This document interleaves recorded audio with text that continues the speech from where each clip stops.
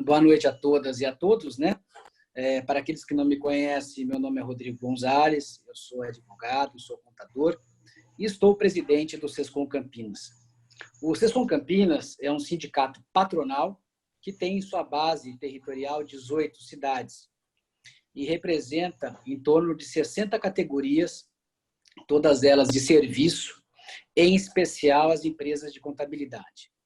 E pensando nas empresas de contabilidade e nos empresários em geral, nós resolvemos montar esse evento para falar da medida provisória 936, que institui o Programa Emergencial de Manutenção de Emprego e Renda. E eu tenho uma opinião sobre essa medida provisória, que para mim é o divisor de águas dentro das medidas do governo federal na área econômica. E ela também é uma importante e uma essencial ferramenta para o empresário, nesse momento que o fluxo de caixa é um problema para todas as empresas, porque ela proporciona a redução da folha de pagamento e o mais importante é a manutenção dos empregos. Então, dito isso, feito uma breve introdução, só para esclarecer, o evento de hoje ele contará com o advogado, doutor Reinaldo Fernandes, e com uma contadora, a contadora da casa, diretora do Sescom, Cláudia Difonso. A ideia é ter um pouco da doutrina da lei, trazida pelo advogado, e da prática trazida pela empresária de contabilidade. O doutor Reinaldo é advogado, mestre e doutor em Direito do Trabalho, mestre advogado, mestre e doutor em Direito do Trabalho pela USP, e professor de Direito do Trabalho da FACAMP, Mackenzie, entre outras universidades, e sócio da RF Fernandes. E a Cláudia Difonso é contadora, com mais de 30 anos de experiência e diretora do Sescom Campinas.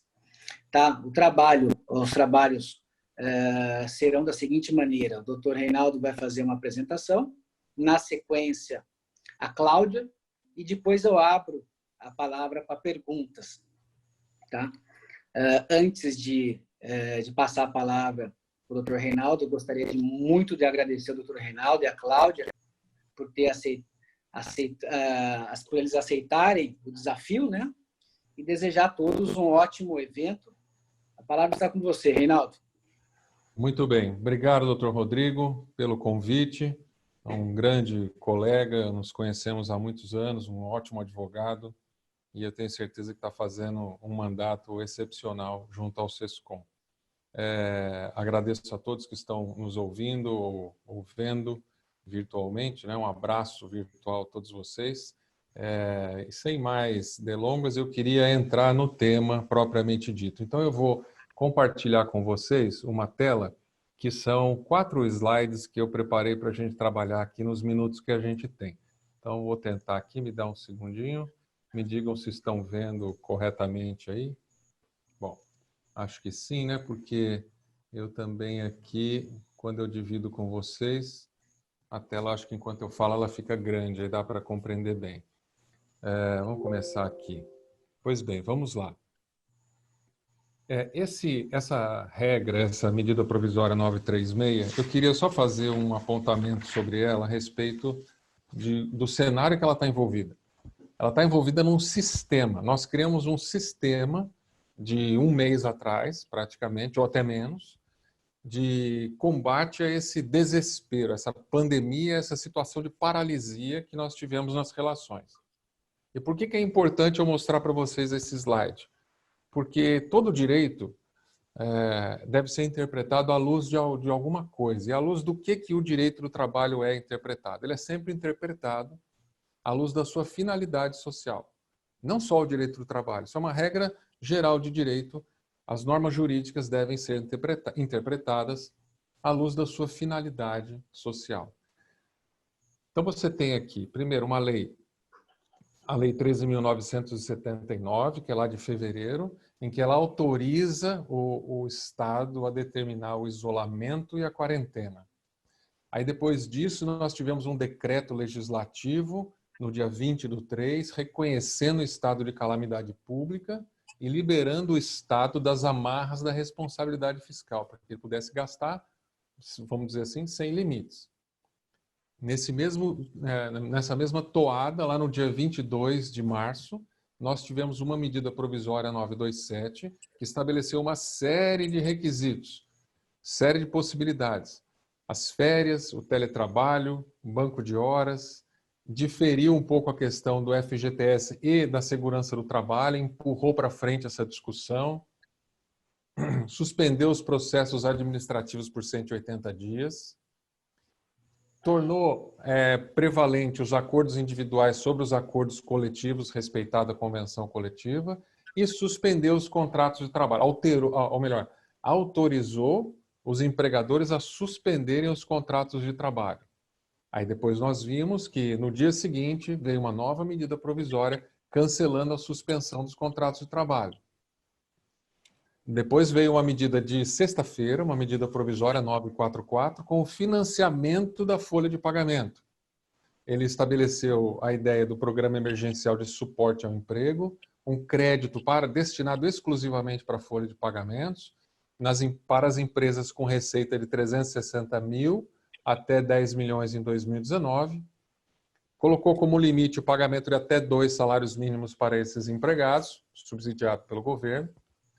Proibiu a dispensa da contratação de crédito, da data da contratação de crédito.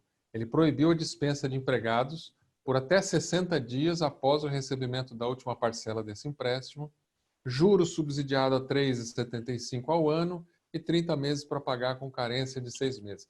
Então o governo foi lá na medida 944 e injetou dinheiro para exclusivamente folha de pagamento. Depois, no meio do caminho, veio uma lei, 2/4, estabelecendo R$600 por 3 meses para os vulneráveis. São os MEI, os autônomos, enfim, aquele pessoal que não tem vínculo de emprego formalizado, que é uma massa gigantesca de pessoas. E aí, por fim, a medida provisória 936, que nós vamos discutir hoje. O que eu quero dizer para vocês é que isso aqui tem um propósito. A interpretação da regra, de qualquer regra que nós formos fazer aqui, ela tem que estar alinhada com esse grupo todo, com esse sistema todo. E qual é a finalidade desse sistema? Manter empregos. Ponto. Daí nós vamos para a nossa medida provisória. Eu adoraria gastar mais algum tempo aqui, mas eu acho que a gente não tem esse tempo para a gente debater um pouco sobre essa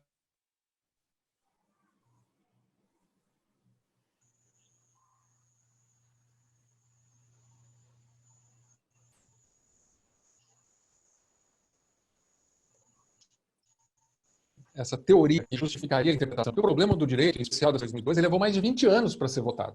Aí vem uma medida provisória que ela é aprovada em questão de 48 horas ou 72 horas. Bom, esse é um problema natural da lei feita assim de forma assodada. Então ela cria uma série de buracos. Como é que a gente preenche esses buracos? Aí eu estou dando a vocês o que o advogado vai usar, ou o juiz, para resolver os problemas das lacunas ou das má interpretações. Ele vai usar essa regra aqui, ele vai olhar para tudo isso e vai dizer, bom, esse conjunto de leis precisa de uma interpretação específica. Aqui eu estou ousando dizer que a proteção do trabalhador, ela mudou de enfoque. Ela não é mais para proteger o empregado contra as ações do empregador, mas ela vai proteger o emprego contra a calamidade. E ela vai fazer isso facultando o empregador certas situações. Então, eu entendo que a interpretação dessas regras tem que ser o mais abrangente possível e não mais restritiva possível, entende? É um outro parâmetro de interpretação de regras, de normas de direito do trabalho. É uma proposta, nós precisamos entender isso como uma proposta. Bom, o que tem na medida 936? Nós temos lá o Plano Emergencial de Manutenção de Emprego e Renda. Seus objetivos estão descritos no artigo 2º, é preservar emprego, olha aí o que eu falei. Segunda coisa, garantir a continuidade da empresa. Estão alinhados a manutenção do emprego e a manutenção da empresa. Por isso que a interpretação também tem que ser, em certa medida, favorável ao empregador. E terceiro, reduzir o impacto social decorrente da calamidade. Esse é o objetivo, essa é a finalidade social da regra. Então, quando um juiz vai decidir sobre isso lá na frente, ele tem que levar em consideração os objetivos dessa medida. Claro que ela é uma medida provisória. E por ser provisória, ela tem um lapso de tempo, de até no máximo 120 dias. Nós esperamos que até lá tudo isso seja resolvido. Agora, ela está em vigor. Ah, mas é uma medida provisória, vai passar pelo Congresso. Ok, mas ela está em vigor hoje.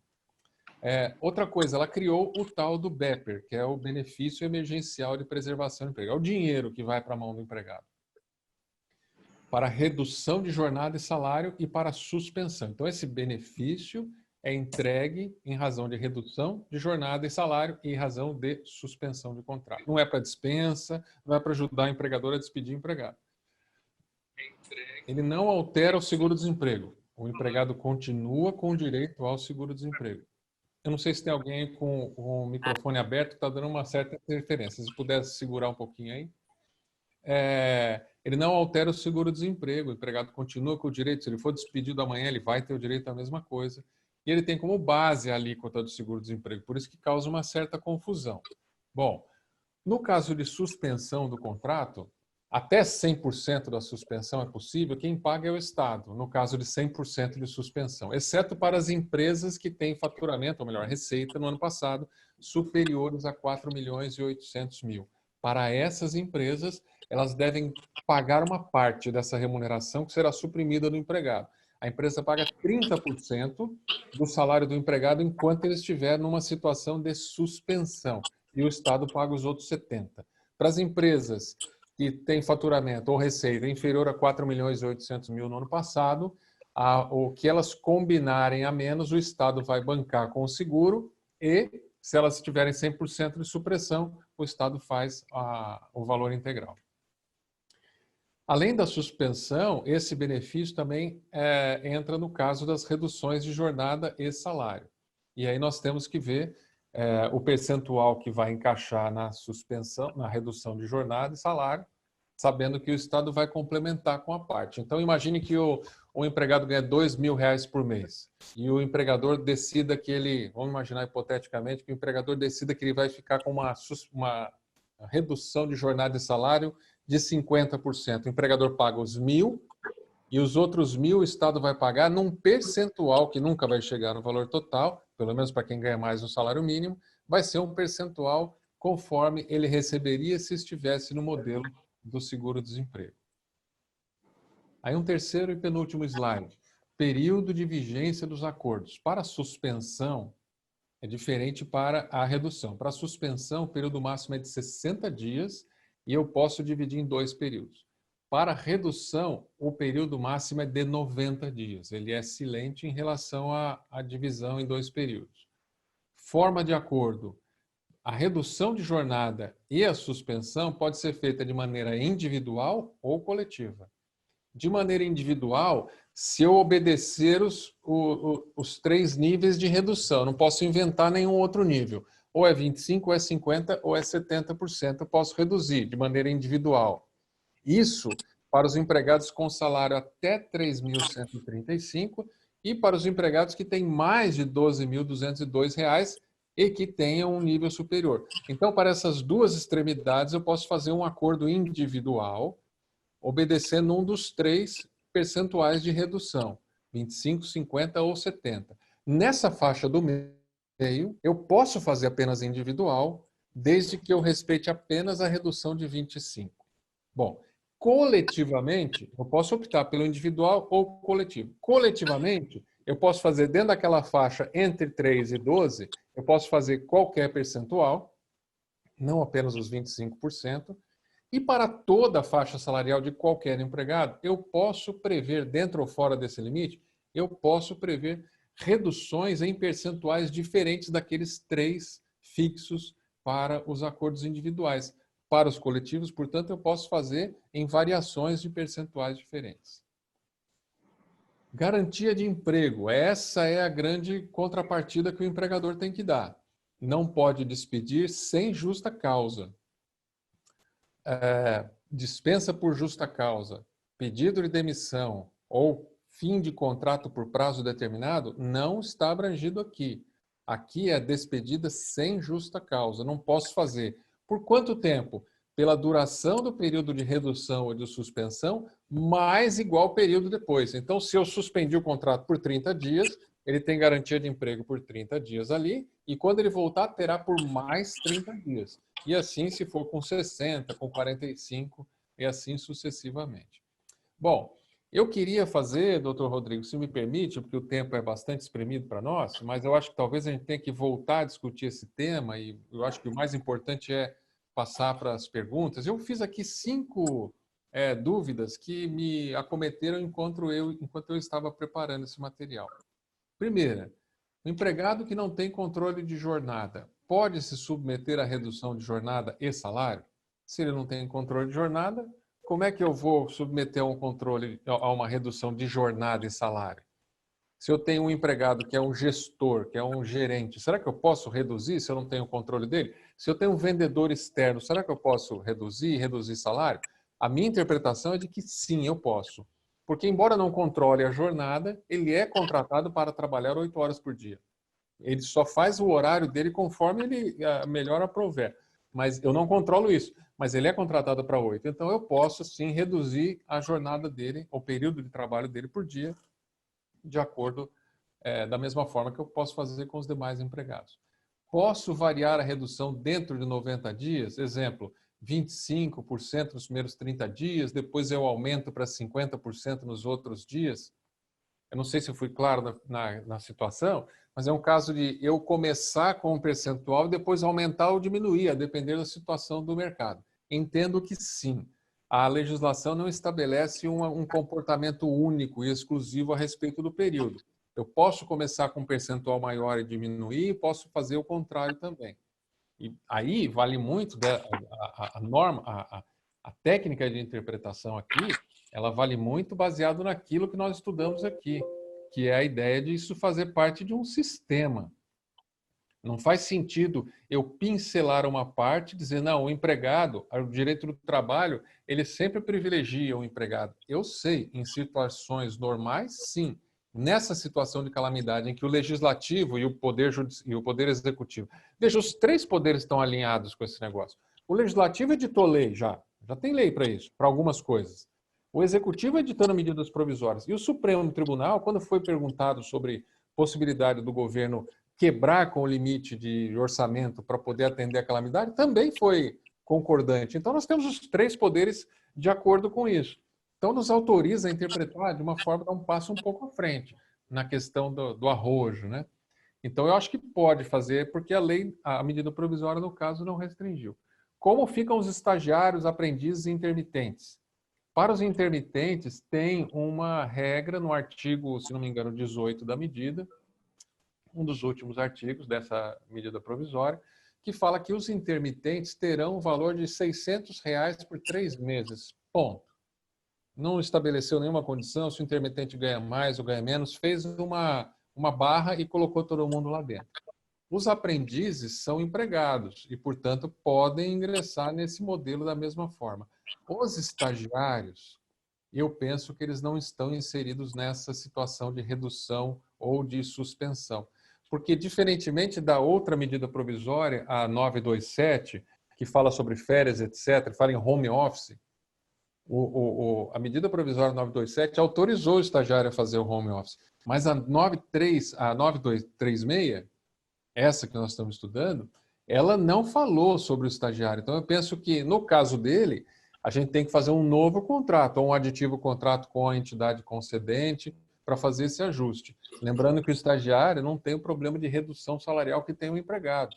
Ele é tratado mais como um trabalhador civil, propriamente dito, do que um empregado.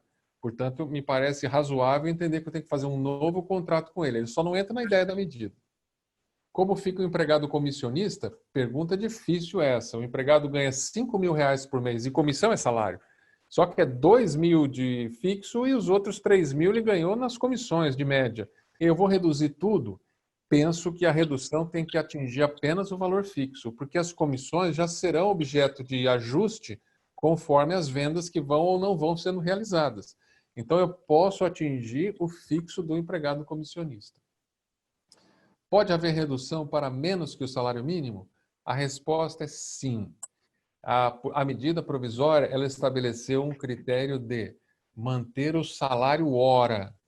Então, se eu pegar... ele é mensalista. Ok, eu divido por 220 se a jornada dele for de 44 horas semanais, eu encontro o valor hora e aí eu faço uma redução proporcional. O que eu não posso é alterar o valor hora para menos. Então, o valor do salário mínimo pode ser inferior, a redução pode resultar num salário inferior ao mínimo, pode, porque há uma proporcional redução da jornada. O TST já estudou um caso semelhante, em que o empregado era contratado para 8 horas e depois foi feita uma renegociação contratual e o salário dele abaixou muito. Ele foi para a justiça e o TST entendeu que, em geral, o salário mínimo é fixado para quem ganha 8 horas, embora não esteja isso na Constituição, é uma interpretação razoável que se dá. Então, já caminhando para o meu final, eu queria lembrar então a vocês que a questão do salário mínimo não foi tratada na medida provisória. E se eu respeitar o valor do salário hora, é o que eu preciso para atender essa medida 936. Então, eu devolvo a palavra ao Dr. Rodrigo para outros questionamentos ou encaminhamentos aí. Muito obrigado por enquanto. Nada. Doutor Reinaldo, antes de passar a palavra para a Cláudia, eu vou fazer uma pergunta nesse contexto. Sim. E para as domésticas, se aplica ou não se aplica? Me parece que sim. Embora a medida anterior, a 927, ela trate especificamente da doméstica e a 936 não trate da doméstica, eu acho que o tratamento é diferente do que eu sugeri para o estagiário, porque a doméstica é empregada. Regida por uma lei própria, é verdade, mas ela é empregada, com carteira de trabalho assinada, com os direitos semelhantes ao do empregado, previsto no artigo 7º da Constituição. Então, ela tem cara de empregado, como o rural, que também não está incluído no 936 e foi incluído no 927, também acho que ele se adapta à mesma realidade. É que o estagiário, por não ser um empregado, e essa medida ela trata de preservação de emprego, ela institui o Programa Emergencial de Manutenção de Emprego. Como o estagiário não é empregado, eu acho que precisaria ter uma menção expressa. Como não tem, ele está fora e a doméstica estaria dentro. Perfeito. Cláudia, passo a palavra para você para dar sequência aí. Olá, boa noite a todos que estão assistindo aí. Muito obrigada, doutor Reinaldo, pelo início aí, obrigada a Rodrigo pelo convite e agradeço a todos aí que estão ouvindo. Bom, eu vim aqui a gente vai falar um pouquinho de como vai funcionar operacionalmente dentro dos escritórios contábeis e para as empresas, né, das empresas contábeis e das demais empresas, como que vai funcionar essa questão aí da medida provisória 93. Então, é assim, o doutor Reinaldo explicou um pouquinho como que é a legislação, então como que as empresas vão proceder daqui para frente. Então, vamos colocar que ela hoje queira colocar os seus funcionários com redução de carga horária. Ela vai poder optar, né, em 25, 50 e 70. Então, ela vai ter que fazer um comunicado, o comunicado é de comum acordo com o funcionário, onde os dois vão determinar, né, qual o percentual, e dentro desse comunicado, desse acordo, eles vão decidir como que eles vão fazer. A medida ela está bem flexível nesse sentido, então não pode estar fazendo a redução. Uma parte dos funcionários pode ser por 25%, outra parte pode ser por 50%. Os funcionários podem trabalhar um dia e folgar no outro. Então, nesse sentido, a medida provisória está bem flexível. E quando os dois fizerem esse comunicado, que vai poder ser feito, não precisa ser presencial, a medida está trazendo que pode ser através de e-mails, na realidade ele não cita bem como, né? Mas fala que pela forma digital. Então, não precisa assinatura nesse momento. E aí, a empresa, ela vai comunicar ao funcionário e o funcionário dentro de 2 dias vai estar suspenso ou vai estar com a redução da carga horária, da jornada de trabalho. A empresa ela vai ter 10 dias para comunicar ao Ministério da Economia sobre este acordo e o funcionário vai estar recebendo depois de 30 dias da data do acordo. Então, as pessoas estão até me perguntando, já seria para esse salário de abril? Não, não seria para esse salário de março que nós recebemos em abril? Não, por quê? Porque eles estão dando um prazo de 30 dias para o funcionário receber. Então, não é agora, não é neste momento. Então, vai ser realmente para o próximo mês. Então, são 30 dias contados da data do acordo. Como que esses funcionários vão estar recebendo isso? De acordo com a medida provisória, eles ficaram de soltar aí um comunicado oficial de como seria, como o funcionário estaria recebendo. Mediante quando eles falaram da medida, eles disseram que o funcionário vai estar recebendo no banco, na onde ele tem conta corrente, mas ainda nada é oficial. Até o final da tarde de hoje ainda não tinha sido não tinha sido oficializado. Como que o empresário vai estar comunicando isso para o Ministério da Economia? Vai estar sendo dentro do site, tá? Via o portal web, mesmo no mesmo lugar que é que a gente encontra faz o comunicado do seguro-desemprego, com certificado digital, e lá vai estar todos os passo a passo para preencher. Por enquanto, eles ainda não soltaram uma cartilha, um manual, mas hoje eu entrei lá, eu olhei, vi, ainda tá meio travando o site, mas vai ser lá pelo portal, tá? Aí, como que funciona? Vai funcionar também, o funcionário vai falar assim, qual é o valor que eu vou estar recebendo para que eu concorde com essa redução da jornada? Existe, como o doutor Reinaldo já explicou, então, de acordo com o percentual, quem ganha até 3 salários mínimos vai ter a redução do seu salário. Uma parte vai ser paga pela empresa e outra parte vai ser paga pelo Ministério da Economia, baseado-se na tabela do seguro-desemprego, tá? Então, é assim que vai receber.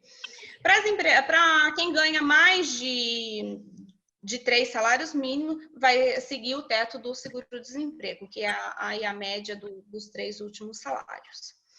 Então, a medida provisória, ela trouxe isso, de como estar fazendo, a flexibilidade do horário e como cada um vai estar recebendo. A suspensão, como vai funcionar a suspensão? Praticamente são quase as mesmas regrinhas, com diferencial dos dias, né?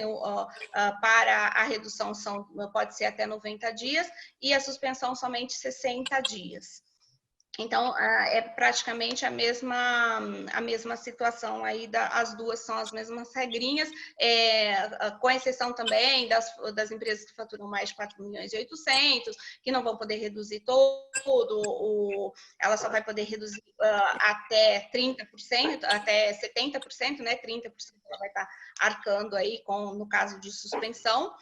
E aí, situação também, né, e nós temos a situação do comunicado.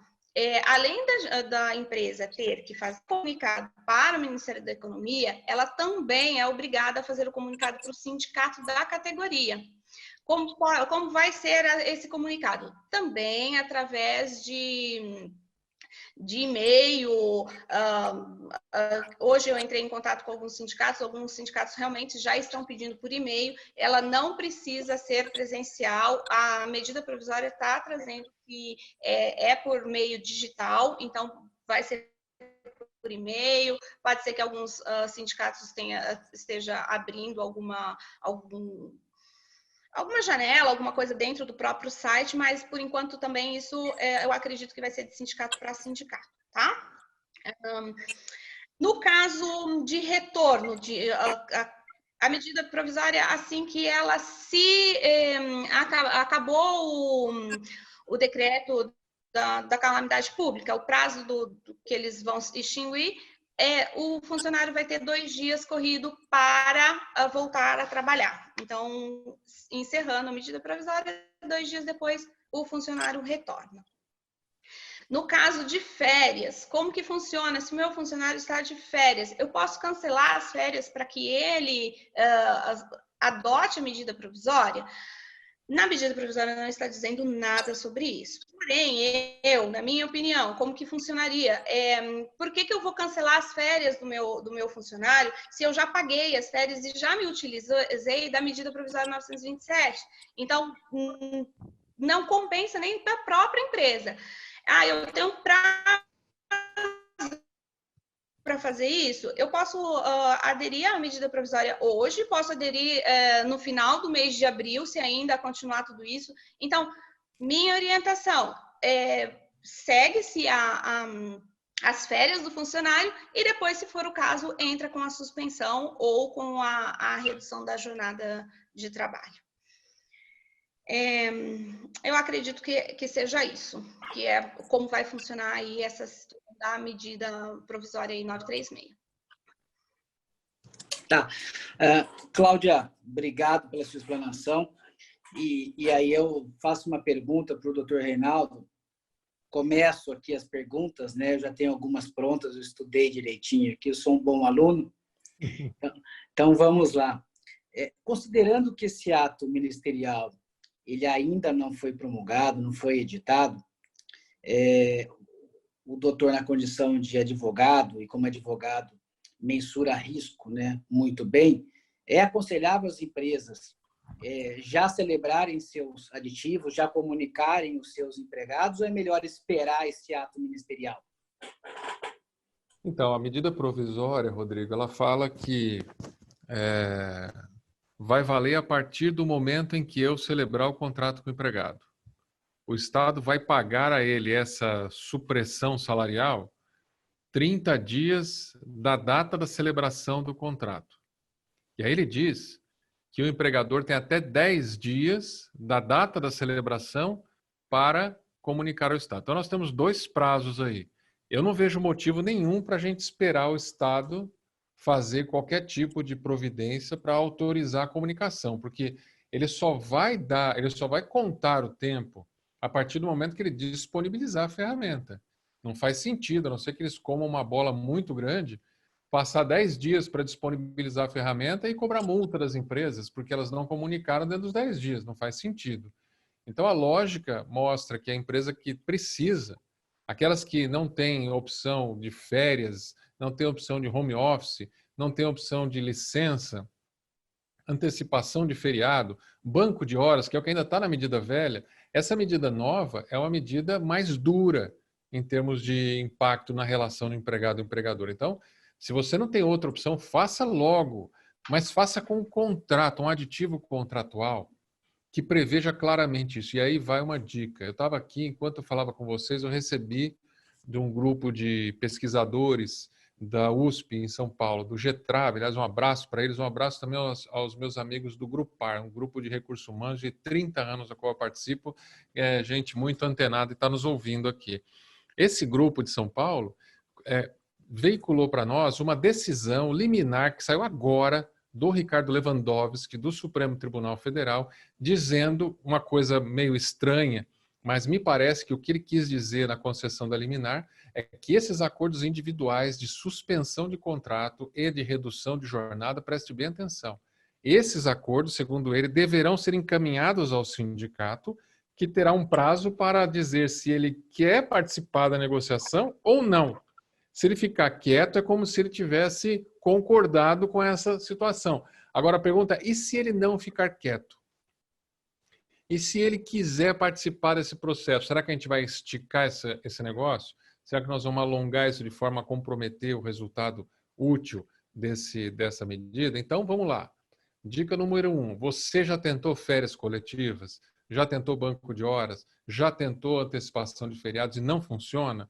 Precisa reduzir drasticamente ou precisa fazer suspensão? Então, faça logo mediante um contrato que fixe a data do início, a data do fim, a possibilidade de prorrogação dessa data, o comunicado ao sindicato, o aviso com 48 horas de antecedência para ele voltar. Tem que ser feito de que forma? Por e-mail, por telegrama? Você pode fixar isso no contrato. Então, é importante que tenha uma cláusula bem escrita nesses contratos de suspensão, porque há uma série de problemas na legislação que nós podemos consertar com um bom contrato de suspensão ou de redução, entendeu? Então, acho que já pode, Rodrigo, respondendo a sua pergunta, já pode fazer, já deve fazer. Conte que o Estado vai providenciar a ferramenta em até 10 dias para você informar e vamos ver se essa liminar, a partir de amanhã, tem alguma repercussão. Eu estava ouvindo a Cláudia falar e também recebi uma notícia no meio do caminho que parece que pelo web empregador, acho que é isso que chamam a ferramenta do Ministério do Trabalho, o atual Ministério da Economia, pelo web empregador você já tem a tela para fazer esse comunicado. Então, parece que já está andando bem esse ponto aí. Tá. Agora, Já está sim. Desculpa, Rodrigo. Já está funcionando sim, tá? Ele chama benefício emergencial. Já está dentro do site.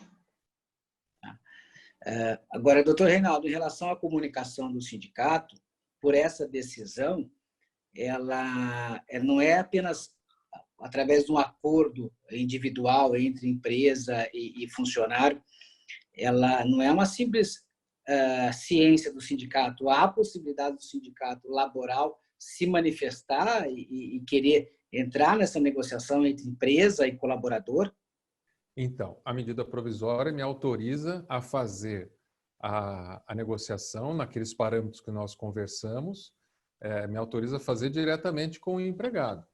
Agora, essa situação levantada pelo Lewandowski é uma situação que vai suscitar dúvida. Eu estou aqui pegando o trecho para vocês lerem comigo aqui. Olha só um instantinho. Eu estou aqui com a liminar que acabou de ser deferida. Puxa, estou tentando aqui, mas eu acho que eu não vou conseguir a tempo. Me dá só um mínimo segundo aqui. Tá. Enquanto isso, eu vou fazer uma pergunta aqui para a Cláudia. Por favor. Cláudia, então, só para confirmar, Oi, pode falar. Esse ato ministerial ele não foi editado ainda. Ok. O que se espera é que essas medidas elas entrem em prática a partir da competência de abril. Certo? E Sim. Em relação ao valor desse benefício, ele necessariamente tem que ser depositado numa conta salário ou qualquer conta de titularidade desse empregado? Então, Rodrigo, isso na medida provisória, eles tinham dito que iam soltar um comunicado oficial, né, sobre isso.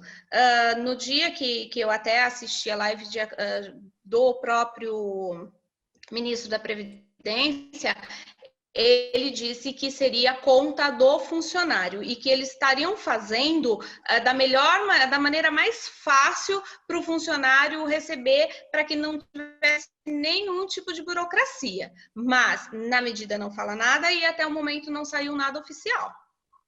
Perfeito. Então, assim, a gente, de acordo com o que foi falado, vai ser na conta corrente do funcionário ou conta salário, o que ele tiver disponível. Perfeito. Reinaldo?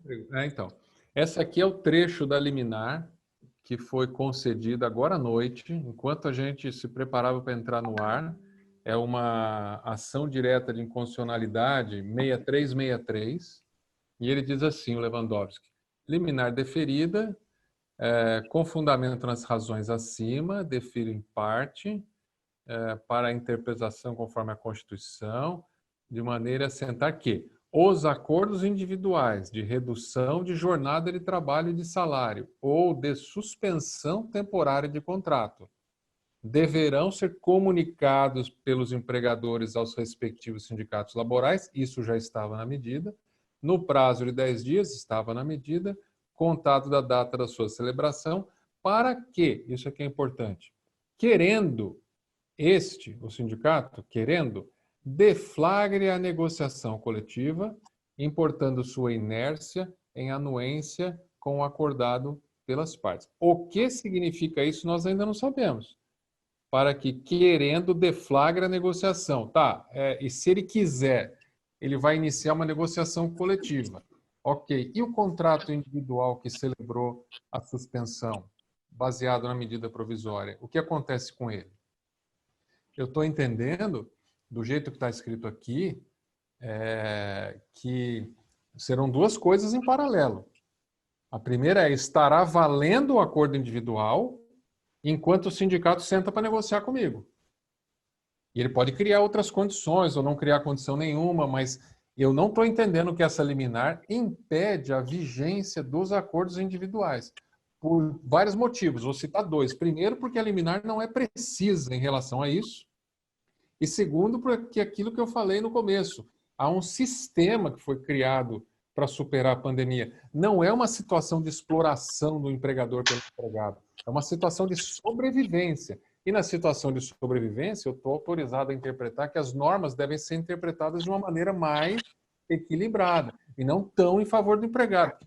Se for muito em favor do empregado, vai resultar no desfavor do empregado. É isso que eu queria mencionar aí.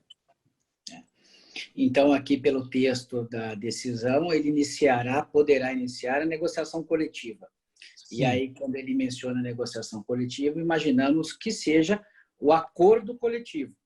Então, ele recebeu aquele comunicado daquela empresa que promoveu um acordo individual, ele resolveu se manifestar, e no momento dessa manifestação ele falou assim, não vai negociar de forma individual, com o hipossuficiente, eu quero iniciar uma negociação com você entre sindicato laboral e empresa.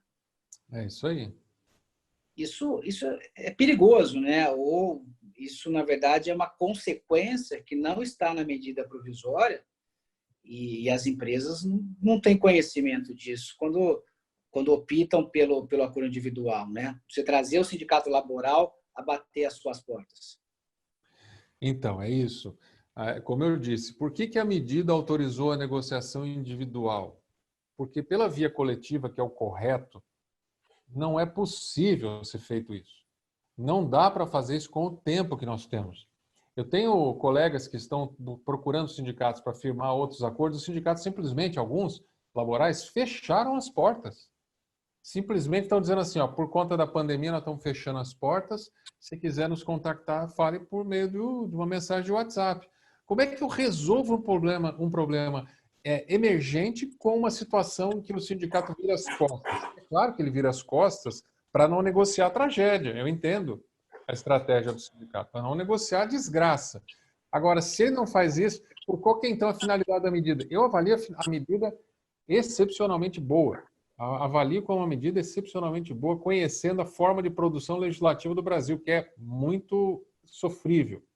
Essa não é um primor de redação, mas a velocidade em que ela atingiu. O ponto principal, ele foi lá e financiou a folha de pagamento, ele autorizou a redução de trabalho, pagando por meio do seguro-desemprego a diferença, não toda, mas a boa parte da diferença, colocou garantia de emprego, a medida atendeu exatamente o que a gente precisava. Essa decisão do Lewandowski é 100% criticável, é de alguém que não conhece, não domina as relações entre empregado e empregador no plano das negociações coletivas, nunca deve ter participado de um processo de negociação e ainda vai dar pano para manga. Eu espero que o plenário do Supremo, se essa medida for publicada, essa liminar, resolva logo essa questão e volte ao patamar anterior de estabilidade da medida provisória, que já é muito difícil de ser compreendido.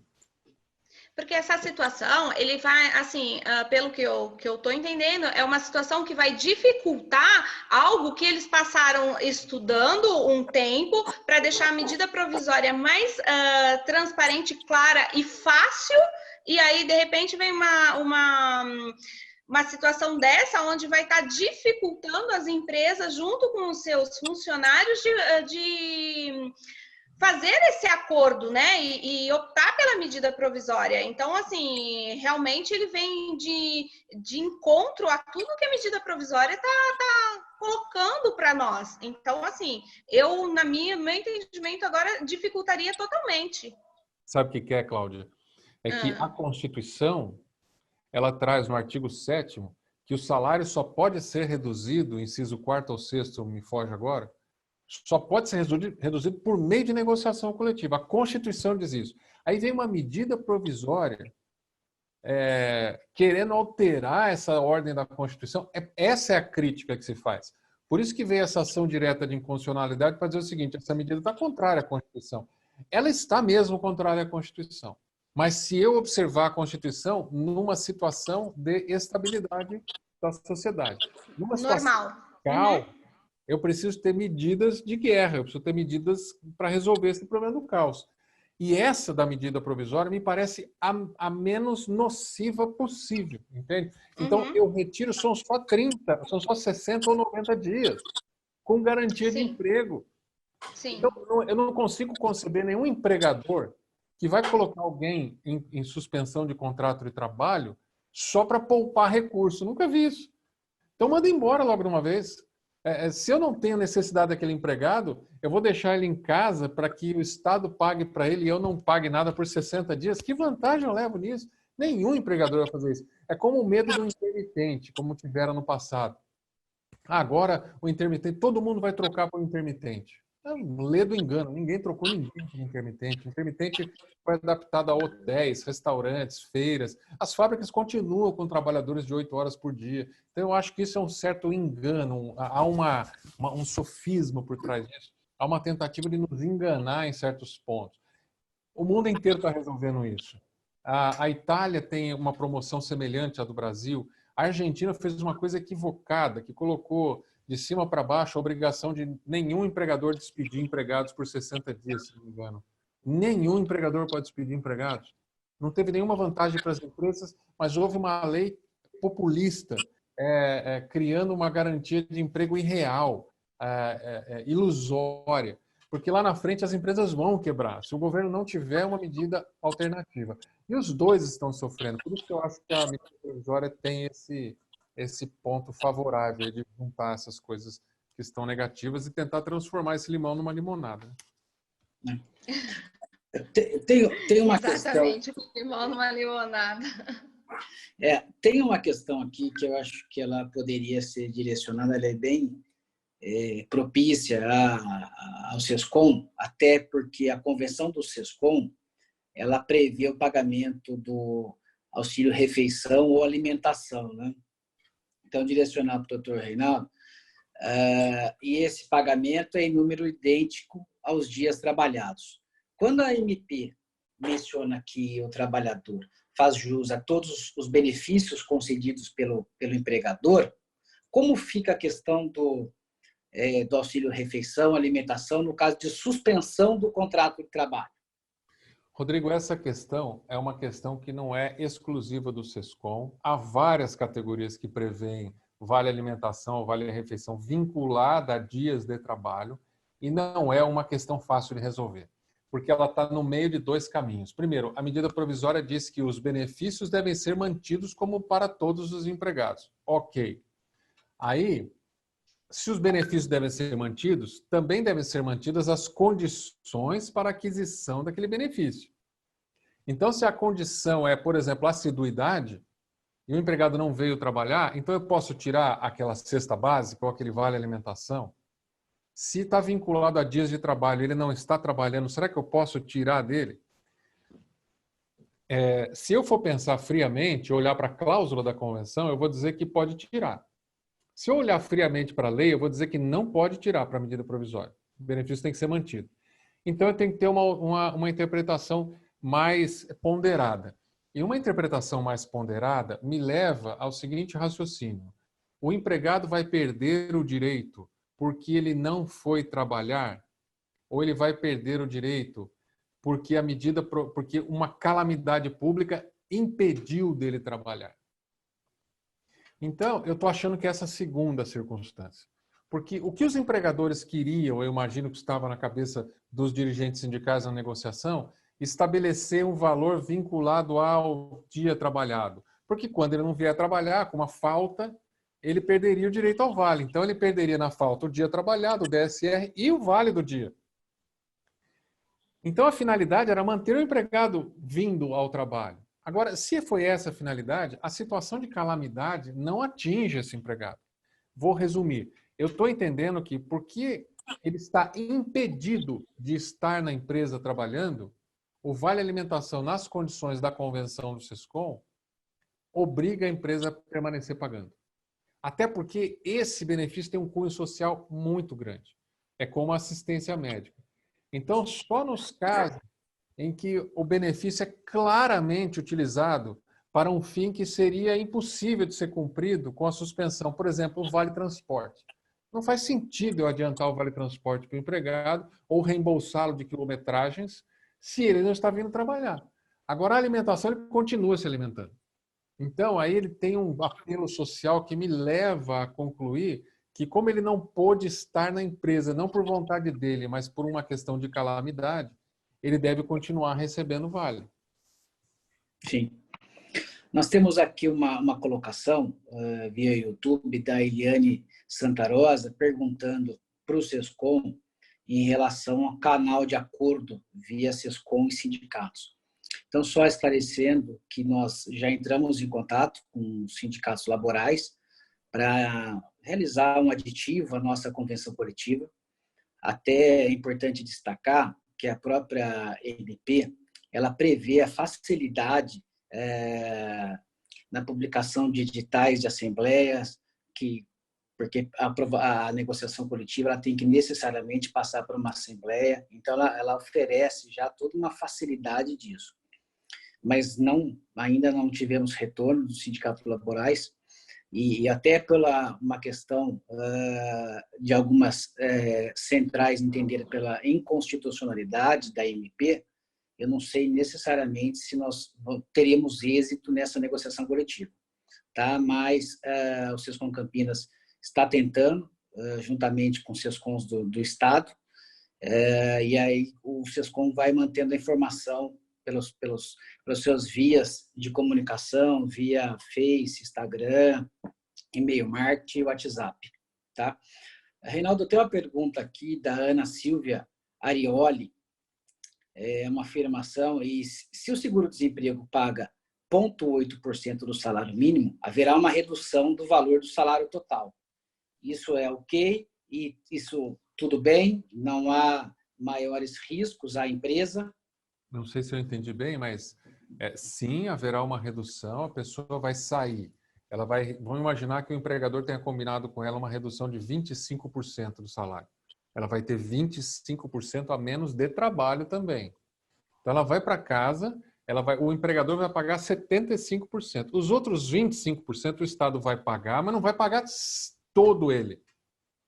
Ele vai pagar um percentual que pagaria se ela tivesse desempregada hoje com 25%. Então, não é 25% de todo o ganho dela, é uma parte disso. Então, ela vai ganhar mais do que o empregador está pagando para ela com a redução, mas não vai ganhar a mesma coisa que ela ganharia se estivesse trabalhando, até porque ela também está trabalhando 25% a menos. Então, isso é normal mesmo. Ainda que diminua a questão do salário mínimo, nós já combinamos que essa redução é possível, se bem que o Estado garantiu o mínimo do salário mínimo para todos os trabalhadores. Perfeito. Bom, acho que nós já vamos encaminhando aí para o encerramento, até pelo adiantado da hora e do atraso. Eu só gostaria de colocar um ponto aqui, que a MP ela prevê algumas penalidades na hipótese do empregador manter atividades de trabalho, seja remoto, teletrabalho ou à distância, durante a suspensão do contrato. Então, é só chamando a atenção aos empresários, que é muito comum você ter um grupo de WhatsApp, por exemplo, e manter esse funcionário nesse grupo de WhatsApp ainda durante as férias, que isso é um risco, porque ele está lá, ainda que você não chame ele, mas ele está tomando conhecimento, né, daqueles assuntos, e também, não só durante as férias, mas também nesses casos de suspensão. Então, é importante ter esse cuidado de funcionário entrou em férias, funcionário foi feita a suspensão do contrato de trabalho com esse, exclui ele do grupo, avisa dessa exclusão, a justificativa e dê sequência.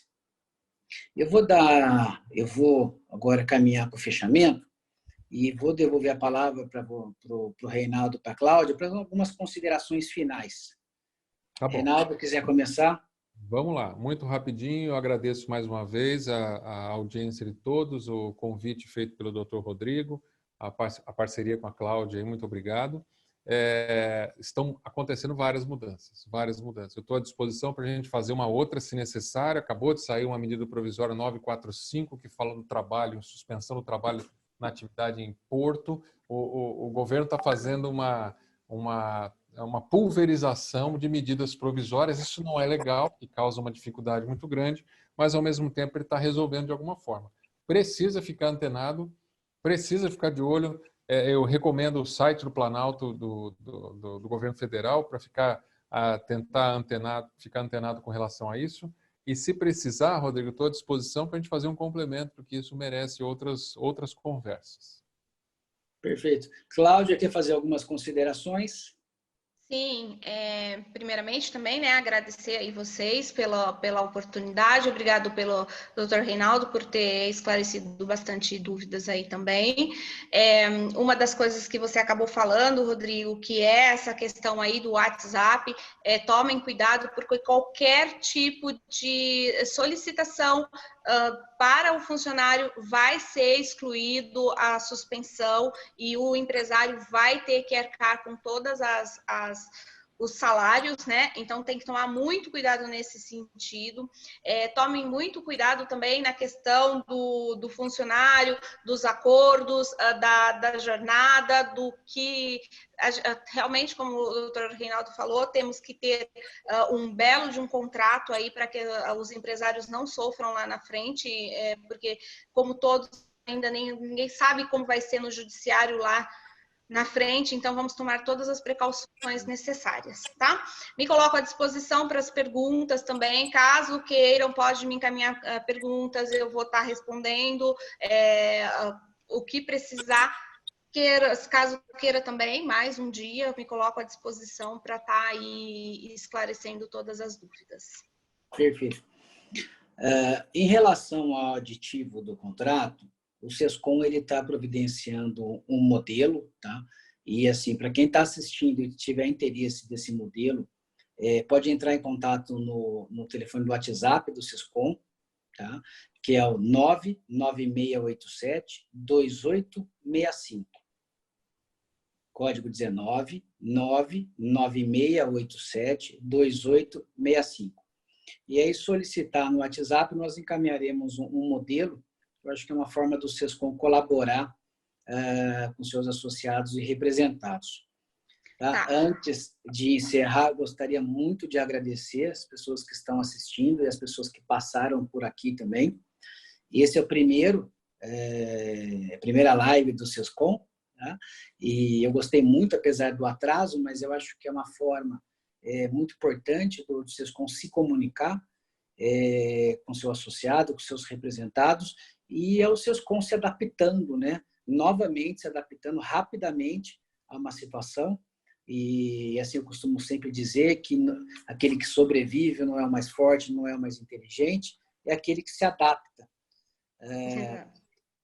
E eu gostaria também de agradecer, não sei se minha esposa está assistindo, mas agradecer minha esposa Fernanda por me ajudar, e principalmente por me dar tempo, né, para eu conseguir estar como presidente no SESCOM e promover todas essas atividades.